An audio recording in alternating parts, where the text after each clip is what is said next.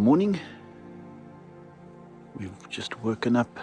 Well, actually I got up a bit earlier, took some extra photos, and the sun's about to rise. Nicolette and I are out, we've had our coffee.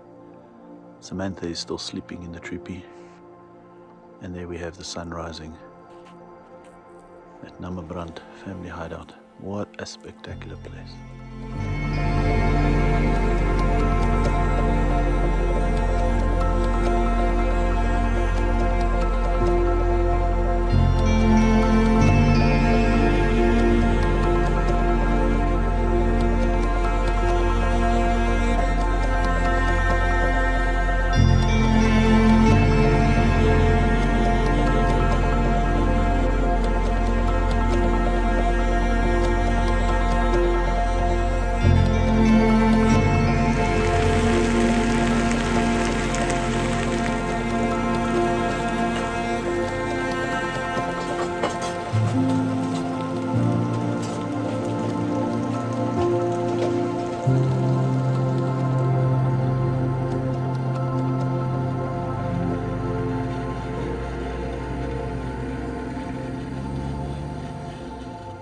So here's a quick summary of our trip so far. It took 10 days in total, and we covered about 4,000 kilometers. Day 1 saw us travel from Cape Town up to the Orange River to the Orange River Rafting Lodge. Day 2 saw us cross the border, visit Canyon Roadhouse, Fish River Canyon, and camp at Quivertree Forest. Day 3 saw us visit Giant's Playground, Solitaire, and camp at Sesrim. Day 4 saw us head into the park to Dead Flare before retiring at Sosis Flare Dune Lodge. Day 5 saw us visit Sesrim Canyon before heading south to Namibrand family hideout. And in this episode we continue southwards to Luderitz, day 6.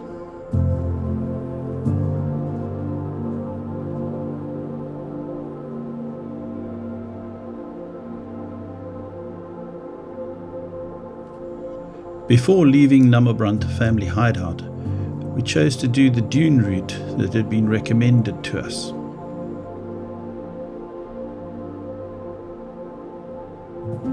The views were spectacular and the trail was amazing.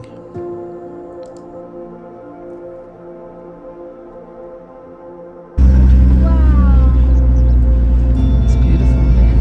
No, they don't. Is that them? Do you know their car? Yeah. Is that the same trail? It's our groupies, man. Yeah, but is that the same trail? So they're just a little bit ahead of us.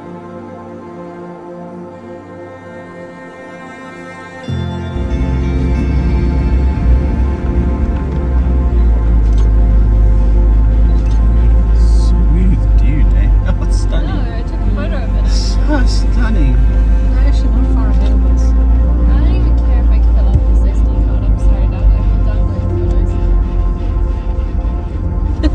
You're in your element. I love it. I'm in my element except for my squeaker.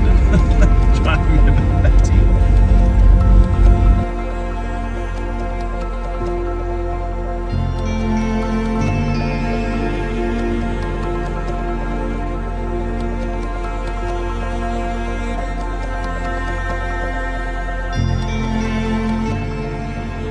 Travelling through the long grass and acacias, we all agreed that this place had captured our hearts and that we'd definitely be back one day.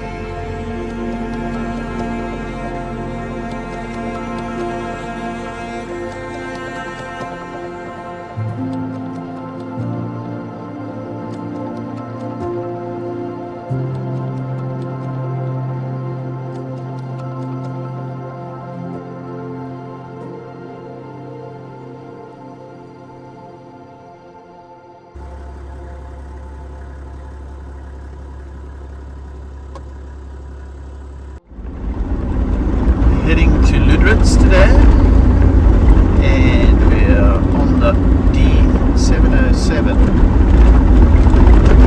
travelling next to the dunes on our right. And we've hit this patch of soft sand. It's like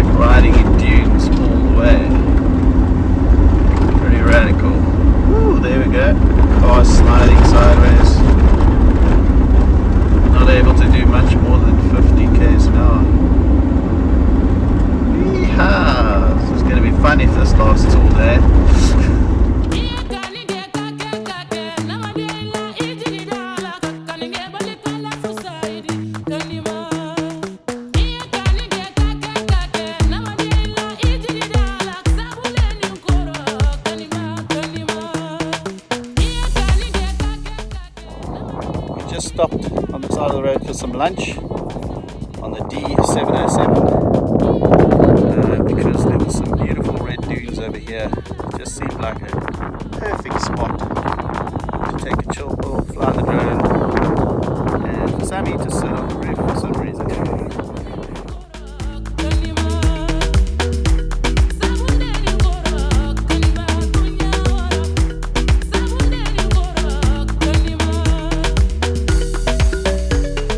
Travelling the D707 is truly spectacular and highly recommended.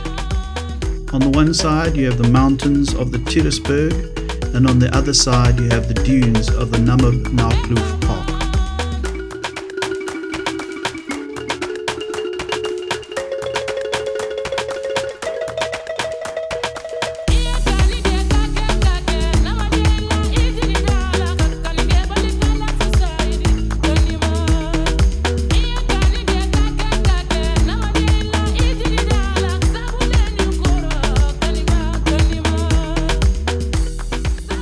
Shortly after leaving the D707, we came across this strange structure, which looked like it was straight out of Mad Max.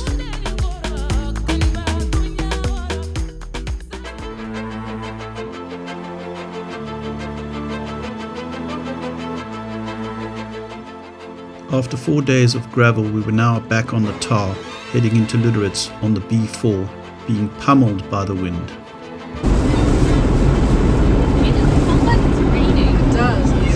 Fighting the steering wheel hectic against this wind. Sand is just blowing across the road.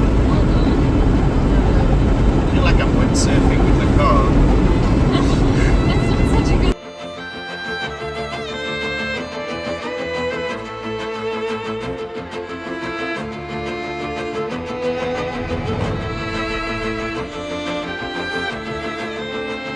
After a lot of sandblasting, we finally made it into Luderitz, but unfortunately got ourselves a little lost trying to find our guest house.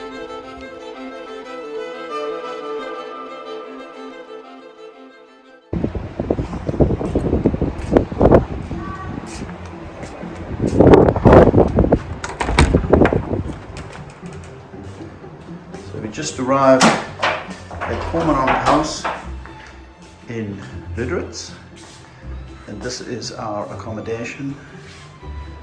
Nice single bed there, kitchen, but check at this view on the balcony of the ocean. I mean, you can't say that's bad, now can you? Having driven all day, I couldn't help but sneak in a little glass of wine before dinner as I watched the sun setting on the ocean.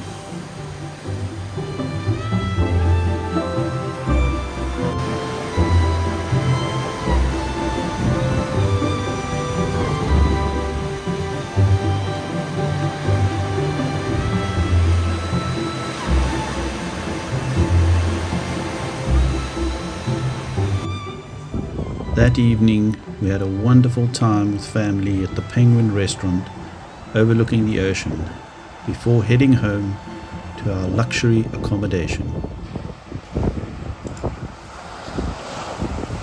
Look at that. Yes, extreme close up. Yeah. Oh, oysters. The next morning, after our coffee, it was time to head out to the big adventure for the day, Kolmanskop. Located about 10 kilometers outside of Luderitz, Kolmanskop was formed in 1908. The story goes that a worker cleaning the railway lines of sand named Zacharias Lawala found a diamond on the track and gave it to his inspector. Pretty soon word got out and loads of people arrived to find diamonds. It didn't take long before the German Empire declared the area a sperrgebied or prohibited area and started to exploit the diamond fields. I used to have 200 to 250 people that used to stay, all German of course. Okay. I look at some of the photos, I count about 45 women, so it's very much a man's environment. Okay. To show you over here now is just the robustness of whatever they do. This over here now is some of the electrical work that they use. In this case over here, they could repair everything and everything can be put back. Okay, so whether it was electrical or mechanical, it was an easier way of actually doing everything. And everything is big and cumbersome. Now I just want to show you how easy it was to get diamonds initially. Look at this over here. I'm just showing you this quick photo over here. You can see this open ground. Here they've got a bucket of water. Here they've got a little sieve. And you just put the sand going through the sieve like that. You just sift actually getting diamonds. Simple as that. I mean, that time when I first arrived, because of the quality of the diamond, okay, it's quite gloss, and the moonshine, they could actually see the diamonds as they're called, you can actually pick them up.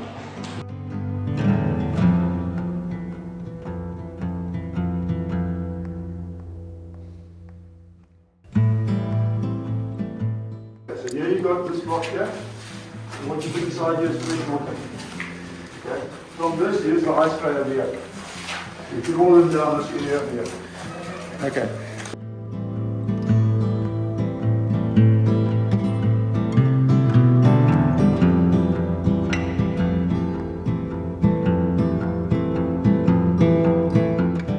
Basically explained, here you've got actually the pots that they actually use. So obviously the mixture would be inside here.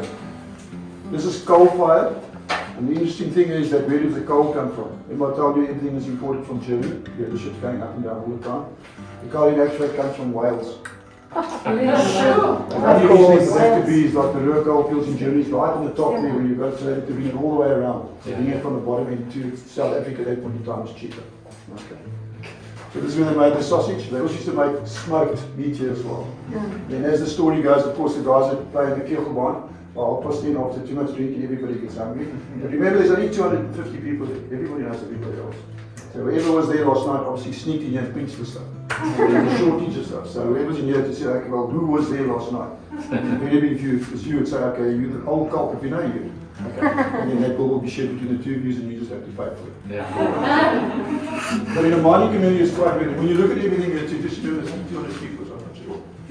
While we're here in the winter, I can also tell you that the number of pupils that they had here were 44 pupils. Okay, the school is right on the top end, and they used to go to grade 5. 7, 6, 9, 3. Okay, once you completed that, then you went to Luderitz, and then there was a German school. Okay. The other important thing to remember is that the quality of people that were here were not Mickey Mouse. Okay, because the latest technology that was in Europe, and in the diamond mines, whatever comes, we purchase. And of course, coming with that will be the engineers, the technicians, etc., etc. So when they came here, there's good quality of people as well. Okay.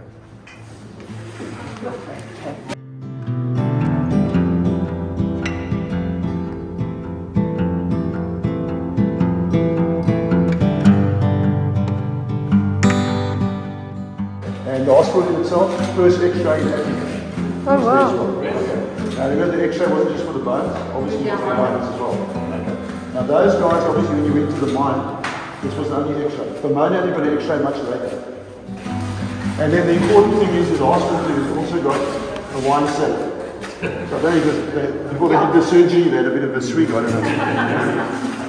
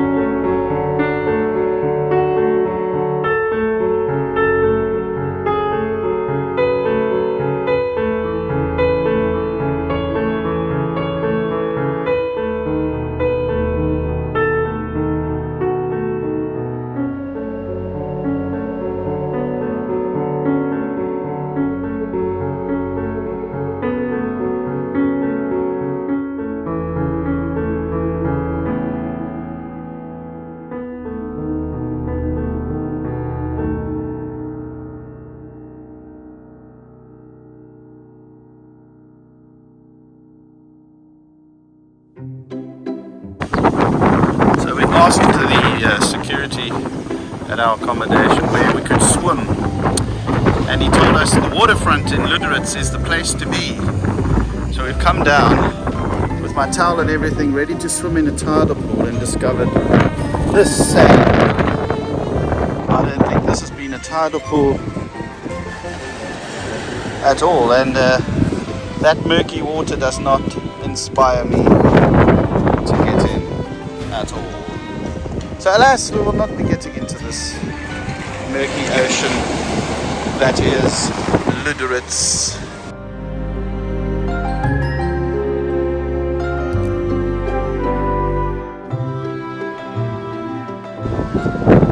So it appears that swimming is not allowed here. So our security guard kind of directed us in the wrong direction.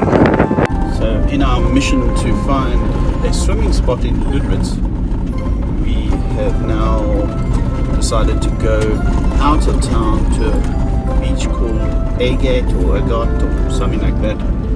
We're following a road through the mountains, but honestly it looks like we're going through a dump site. I don't hold out much hope, but we'll get there.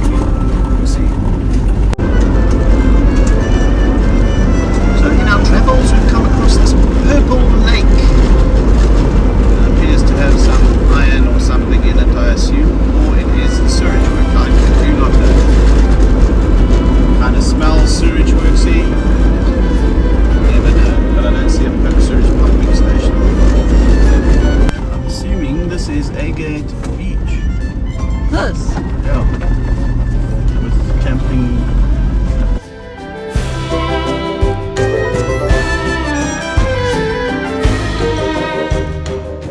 Honestly, it feels like we're on a moon landscape in Star Wars.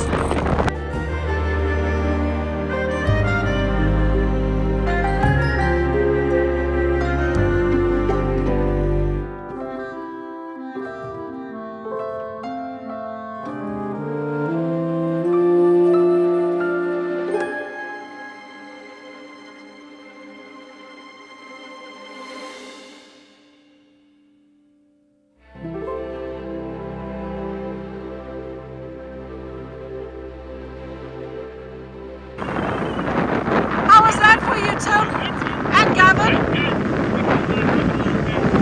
They went in young, they're coming out like old men.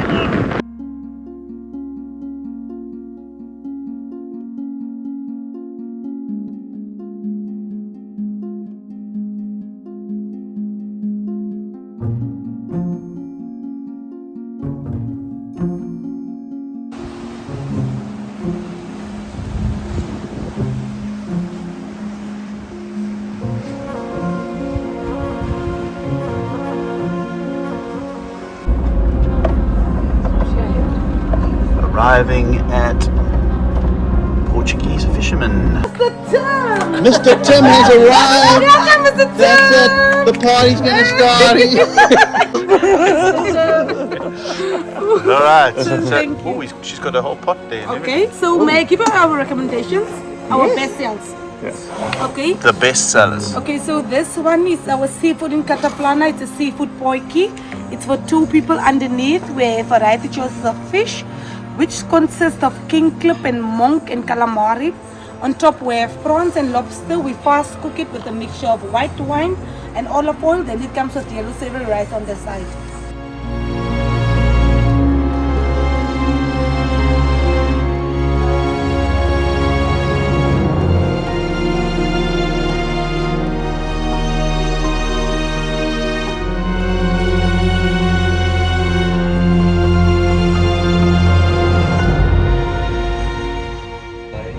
So we're just finishing an awesome evening here at the Portuguese restaurant in Luderitz. It's a really cool place. It's basically like in a shipbuilder's yard of sorts. Just pull in and park at the car, and then in the warehouse section they've got the restaurant. Really cool. And that's it for this episode. If you'd like to give us a thumbs up and subscribe down below, that would be great. In the next episode, we drink a beer in Aus, visit the Orange River mouth in Oranjemund, and cross over back into South Africa to visit a shipwreck on the coast.